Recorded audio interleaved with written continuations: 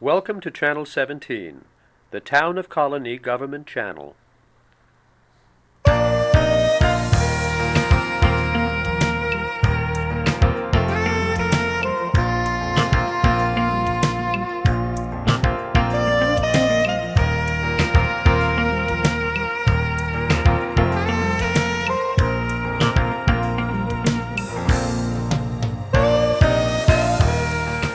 And welcome to Focus on Health. I'm your host, Peggy Mello. Today's guests are Chris Damon and Dorothy Sager with Community Caregivers. Welcome to the show, ladies. Thank you. Thank you. Chris, why don't we start with you? Can you tell us what you do for Community Caregivers? Well, currently I'm the acting executive director at Community Caregivers. And so what I do is monitor programs, fundraising, public relations, all that sort of thing. Okay. And Dorothy, welcome. Thank you. What do you do for Community Caregivers? I've been a volunteer for about 4.5 years, and currently I'm doing respite visits, relieving a caregiver of staying with the person needing care. Okay. And Chris, why don't you talk about the history of Community Caregivers? Okay. Well, in 1994, 3 people in Altamont got together and thought that it would be a good idea. They saw a need in the community for neighbors to help neighbors. They worked on forming an organization in 1996. They started serving their first clients. Mm-hmm. And so that program has grown since that time. So, for instance, this year we've served about approximately 200 people, providing respite, as Dorothy mentioned, transportation, other sorts of services. Mm-hmm. And your coverage area covers what towns? We cover Guilderland, Bern, and Knox, so a lot of the hill towns, south of Albany, Bethlehem. We cover Bethlehem, so where a lot of the city services don't go on the south side of Albany County. New Scotland. New Scotland. Okay, and how does a person know if they're eligible for your services? Well, we market in those areas, and then generally the community knows, but they call, and if they don't qualify for our services, then we refer them to the agency that would provide their services. Okay, but there isn't an age limit or a certain, level of need that you measure? There is, age limit, the person needs to be 18 or older, but basically the idea is to help people remain independent as possible. So there might be people in their 20s that need help. A lot of that's with transportation, but the vast majority of people we serve are 60 and older. There's a visit if somebody contacts the agency and wants to apply for the service. There's a home visit done by the intake coordinator, who assesses the value, the needs. If there's too great a need, we don't, if there's some medical assistance or lifting, giving a person a bath, that's beyond our scope. But as Chris says, we have a whole list of other agencies to whom we can refer the person. Okay. And honestly, I think referral is, that's what we do in the library world too. It's a big, very big thing as well, and it's very important. Chris, more about the transportation services. What exactly does that entail?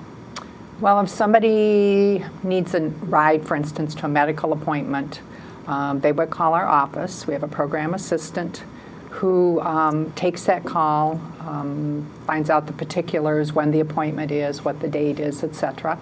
And then she might then work to find a volunteer who can provide that service. We also have coordinators for certain areas who are other volunteers whom she provides a list of people needing rides in the upcoming week, and then those people would then call the volunteers to arrange those rides.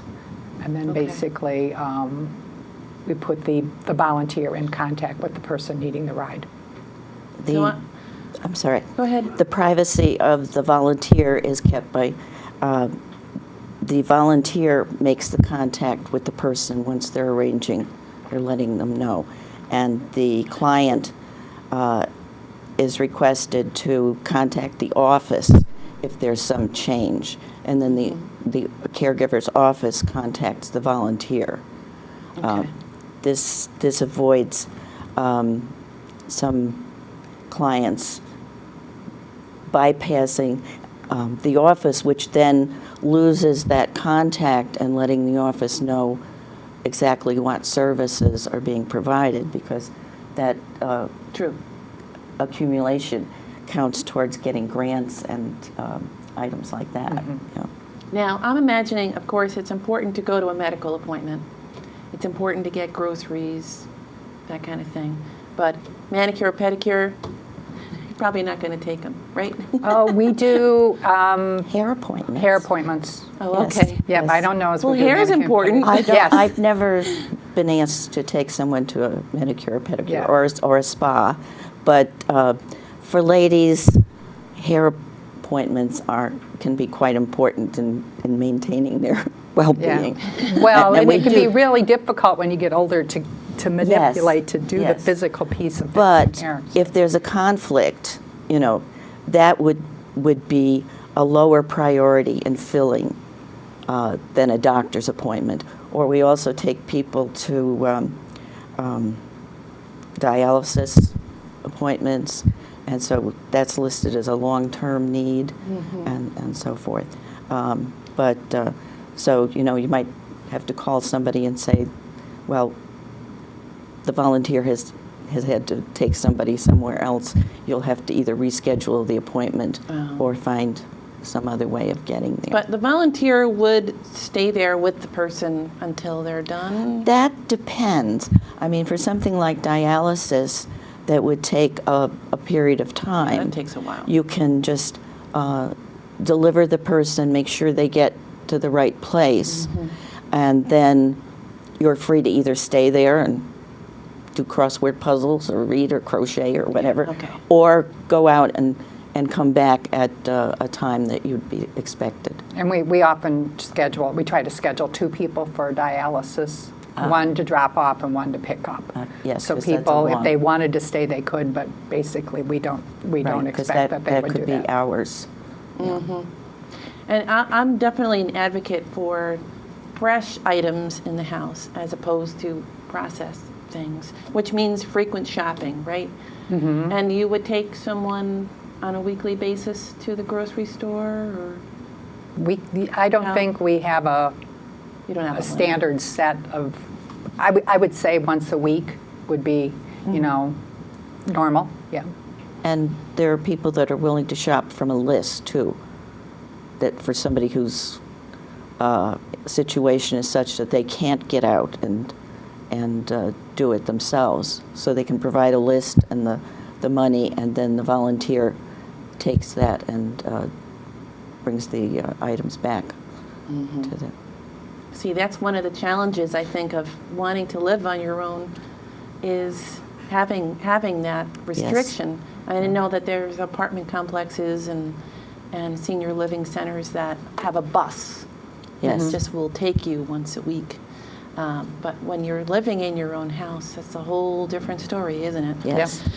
Now, also there's Caregiver Respite. Yes. Can you go into a little bit more detail? Well, I'll just generally talk about it, and then Dorothy's doing that more, so she could give you more detail. But generally, caregivers, one of the biggest things that caregivers need is a break from what they're doing, because caregiving can be, in a lot of instances, so much stress. So what we try to do is find volunteers who are willing to go in to spend some time with the person who's receiving care, so the caregiver can have time to do something that they would not do otherwise, like maybe go out to lunch, go to get their hair done, go take a nap or a walk, you know, just things where they know somebody is there to give them a break from what they're doing. Okay. So, But there's a limit of what services you would do. You're not going to Yes. give the person a bath. You're not going Right. to administer Noth- medication. Nothing physical that a practical nurse might be doing. I mean, that's what our intake coordinator determines. You know, we are able to do these things. When I've done it, I've read poetry to somebody who was really actually quite near death, unfortunately. But the wife just wanted to take, the first time I was there, she took a nap, and the second time she took a swim in their pool, and she was just so delighted and thankful that somebody could be with her husband and give her that little break. And other times it's just talking to somebody. They're still able to converse and things, but it gives the caregiver a chance, as Chris says, to get away from the situation a little bit, to do whatever they want to do. And it's a commitment of maybe a couple of times a week, Okay. once or twice a week. And it, as it's sometimes been set up, the individual volunteer doesn't have to do it both times. There are two people who trade off, that I can take it on Tuesday, you can go on Thursday or Friday, and just usually I've had the situation where I'm conversing with the person and they fall asleep. Well, then you just sit there, and I usually have a book or crossword puzzle book Yeah. in my bag, and I'm filling the time. But that it's way. good that it's the same people on a regular basis. Yes. I mean, Yes. I guess sometimes in the dementia situation, they might not remember that you were there the week Right. before, but Right. in general, at least the caregiver is going to feel a little bit better that Mhm. it's the same person coming back. Yeah. Definitely. Okay, meal preparation. What about that? You deliver meals?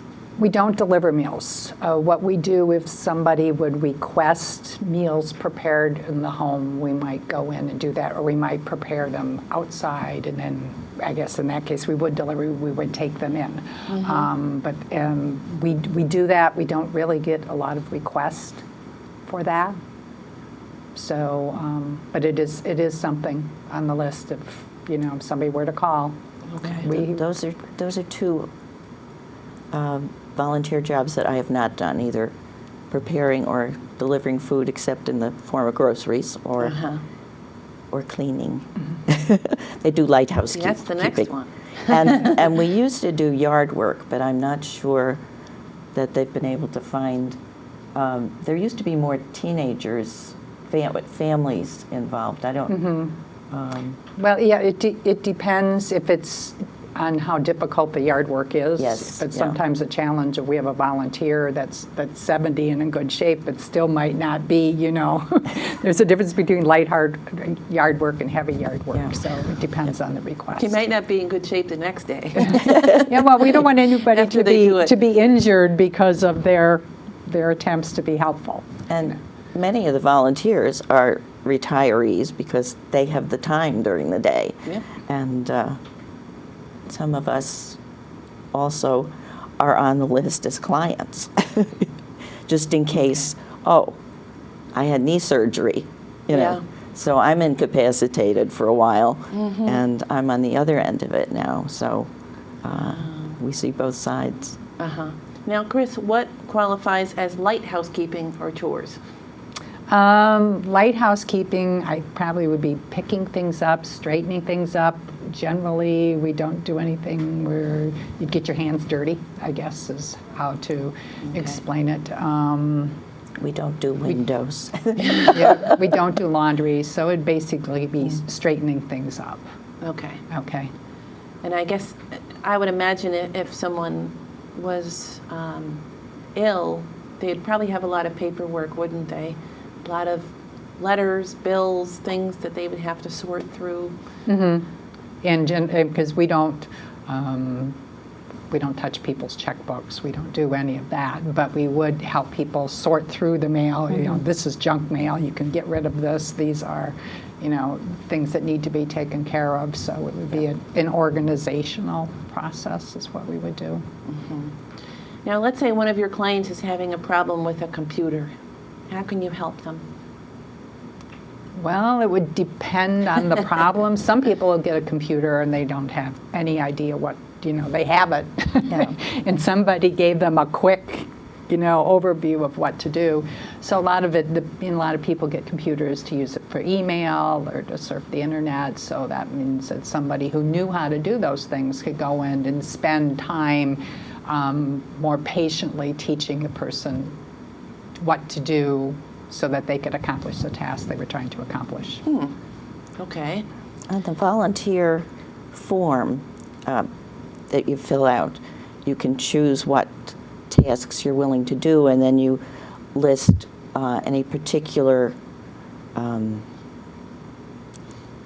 talents that you might have. Being, I can use a computer, but I wouldn't think of teaching anybody else how to use it. So. Well, I know how to program a DVR, so I may be able to help you. There you go. No, I'm the DVR queen in our home, actually. It's a challenge, isn't it? Now, Dorothy, you can probably talk more about volunteer opportunities. What are the different things that they can do? Is there anything we've missed? Well, I don't think so, but the vast majority of tasks are driving people. Driving, okay. And I guess it was last year, they added a bus. The town of Bern had got a grant and got a grant from the state, and they have, just one of these big vans. Okay. And that has enabled it. Bern is, I live near Altamont, and Bern is even beyond. As somebody who lived up the hill, I was willing to go into that area, Okay. which to people in Guilderland can be a foreign land. But that has allowed additional service to a whole bunch of people. And there are several okay. volunteers, one lady in particular who she was a school bus driver, so she was very willing to assume a lot of the driving for that. But sometimes you're also using your own vehicle, right? Mostly you are. Okay. Yes, mostly you are. And although you're not reimbursed, you're asked to put down, keep track of the time and the mileage that you use. Again, I think for grant purposes, to show how much material is time and effort. Donated, so to speak. Right, right. And the people have their insurance, and then we have an insurance policy that also covers Yes. all of the volunteers, a liability policy, so they're not just on their own if something happens while they're driving. But I was told the other day that no one has ever had an accident while driving one of our volunteers, or driving one of our clients. Yeah. If it's the winter and you get a snowfall and you've committed yourself to go get somebody, you call the office and you can say, I'm sorry, I just don't feel comfortable driving today. And they'll deal with that in terms of, because I live at 1,100 feet, so sometimes I'm getting snow when it's just rained down below. So they can either try to call someone else to fill in, or they'll call the client and say, sorry, we have to cancel this today, So, and depending on, if it's a hair appointment, that's no problem. If it's dialysis, they're going to try to find something else. Okay. Now, Chris, what about the annual events that your organization holds? Well, we have two major annual events. One of them is a gala that we hold every November, and the other is a golf outing that we hold every June. So those are two major fundraisers. In between, we hold small events. Like we had a small event at a new store at Stuyvesant Plaza called Evoke Style, and we do other sorts of things, but two major events. Okay, and you are a nonprofit, correct? That is correct. You do need funding from somewhere. Yes, we do. Where do you generally get it from? Well, one thing about community caregivers that's, I think, unusual for a lot of not-for-profits is their funding comes from more than one source, because a lot of not-for-profits rely solely on grants. Oh. We receive some grants, but we also, those fundraisers are another big piece of our funding, plus other donations from community members, organizations, businesses within the community. Okay. All right. Well, you always need good luck with that, don't you? Yeah. Now, I heard a really shocking statement, and that was that some caregivers end up passing away before their ill person that they're taking care of. Is that true? Yes, it is. I couldn't give you the numbers. In fact, if I had them in my head, I would hesitate because depending on who's done the research, you're going to get different numbers. But the fact of it is that caregiving can be extremely stressful, especially for spouses of somebody with memory issues. So whether it's officially diagnosed Alzheimer's, dementia, whatever that is, taking care of somebody with memory issues is extremely stressful. And quite often, that person will pass away before the person they're caring for. Now, what about depression? Is that a common thing among caregivers? It can be, especially if they don't seek outside help, if they don't communicate and interact with other caregivers. A lot of, like at Community Caregivers, we run support groups. A lot of other agencies, like Catholic Charities, Caregivers Support Services run support groups. Town of Colonie runs support groups. So caregivers who join those support groups find other people in the same situation so they don't feel quite as alone anymore. But for caregivers who don't seek out support otherwise, depression can be a major issue. And I'm imagining the support groups aren't just pity parties. They're actually places where, you know, you can get information from others and say, oh, why don't you call this organization? That's really the usefulness of it, right? Oh, yeah. And a lot of people in those groups, I mean, they have expertise with whatever disease it is that their loved one is dealing with. So Right. they really know in what case, you know, who to call and what to do about a lot of situations. And they're also quite honest with the other, you know, if a caregiver comes in and says, I'm thinking maybe I should or I shouldn't, and they will speak up and say, well, first thing, you have to take care of yourself. And if this doesn't work, do this. I've been there for, you know, 5 years. I know what'll happen if you keep going down this road. Don't go there. Yeah, and how many times do they repeat the statement, I'm fine, I'm fine? Oh, yes. When Don't worry you know about that me. that's Yeah. not the case, is Right. it? And that's where the respite also helps, to give the caregiver time to go to one of these support groups that they arrange through the office, you know. And the challenge is to not feel guilty when that happens, you know, because you're saying to You have yourself, to, yeah. oh, I'm leaving him, oh, I can't believe it, oh, I hope he's okay, but, you know, you got to think about yourself, too. Well, because you want to be there to help them, and if you're suffering in some way and just letting yourself get run down, you're not going to be able to. I mean, they're more, even if they're more susceptible, caregivers are more susceptible to illness. Yeah. Getting, you know, your immune system gets lowered, so you. Well, you're not sleeping right, you're not Yeah. eating right. Of course, your immune system's going to be terrible. Yeah. I mean, so let's see, tips on caregiver burnout. What can you give us? Well, the first thing is the caregivers need to take care of themselves. Physically, emotionally, they need to get out and do things that they enjoy. They need to do things that are healthy. And we often run into caregivers, you talk about the guilt, caregivers will say, oh, I just feel so guilty doing that for myself. Well, the fact is, they take care of themselves, they can provide a higher quality of care than they can if they're not. In addition, there's a lot of research that shows that someone who's caring for someone with dementia, and they're not sure exactly why, but a lot of times that person will also start to develop memory issues. So, I mean, stress, your cortisol level goes up, which influences your ability to think. So it can be a downhill spiral if you don't take care of yourself.